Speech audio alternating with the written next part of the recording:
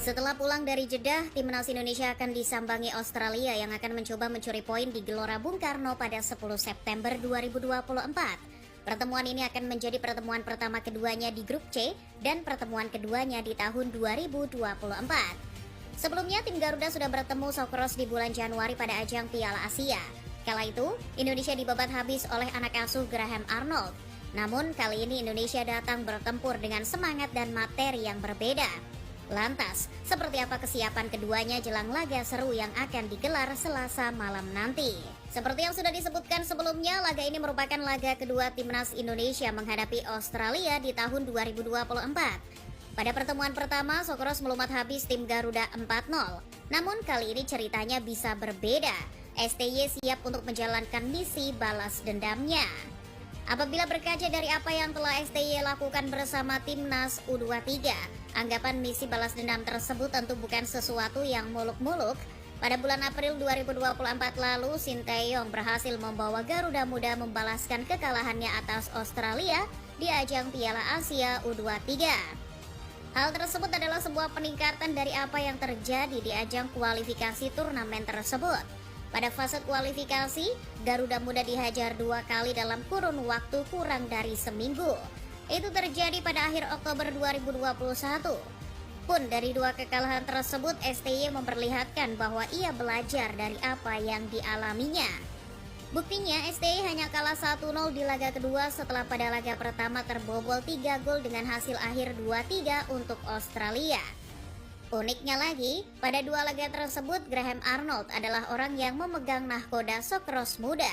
Artinya STY sudah familiar dengan muslihat yang akan dimainkan mantan asisten Gus Hiddink tersebut. Lagi pula saat melatih timnas Korea Selatan U23, Sinteyong juga sudah pernah mengalahkan Australia. Kala itu mereka bertemu 2 kali dalam ajang uji tanding untuk persiapan kualifikasi Olimpiade. Hasilnya, STY babat habis Socceroos muda dengan hasil akhir 2-0 dan 2-1. Pun pada 2 laga tersebut ada 3 nama pemain yang ternyata nanti akan ikut dalam rombongan Graham Arnold yang akan melawat ke Jakarta.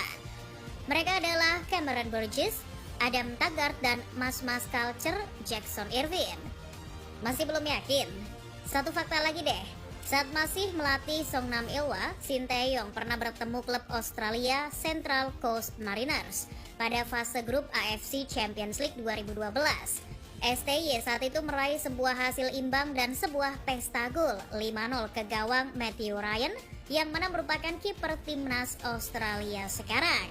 Lalu kalian tahu siapa pelatih klub yang STY bantai kala itu? Yaps, tak lain dan tak bukan Graham Arnold. Dari sini sudah bisa dilihat bahwa Sinteyong sudah kenyang pengalaman menghadapi Australia, khususnya Graham Arnold. Ditambah dengan amunisi-amunisi baru yang sudah didapatkan guna merampungkan puzzle skuad impiannya, Sinteyong pasti akan belajar dari apa-apa yang sudah ia alami. Seperti yang sudah sedikit disinggung sebelumnya, amunisi timnas Indonesia pun berbeda dengan yang Australia hadapi pada bulan Januari lalu.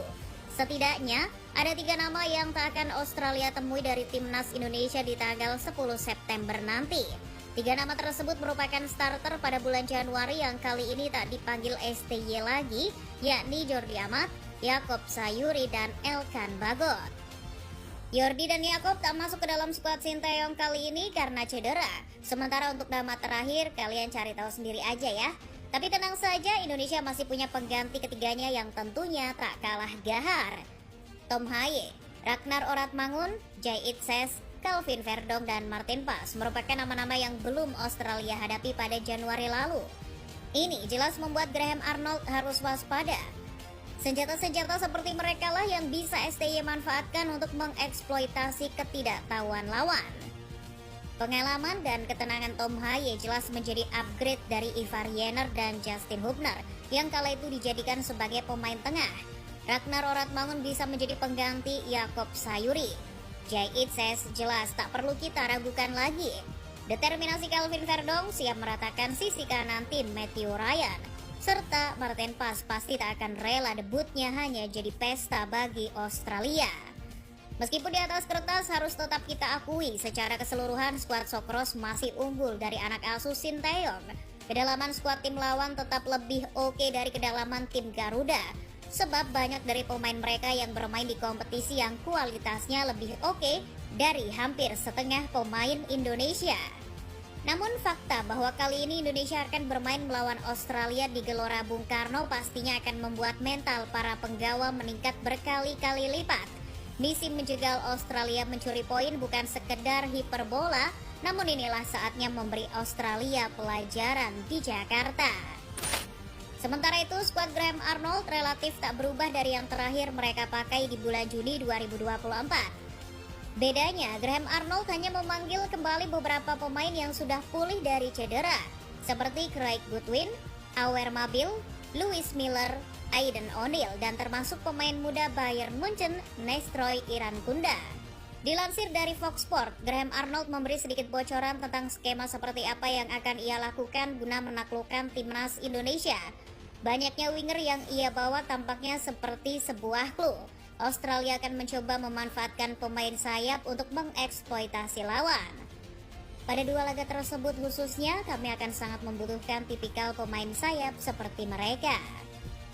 Awer Mabil, Craig Goodwin, Semi Silvera, Martin Boyle, dan Nestori Irankunda merupakan para winger yang Arnold bawa kali ini. Nama terakhir bisa sangat membahayakan apabila pemain muda di Rotten tersebut diberi kesempatan bermain, sebab cedera yang sempat dialami Irankunda membuat Graham Arnold sedikit khawatir.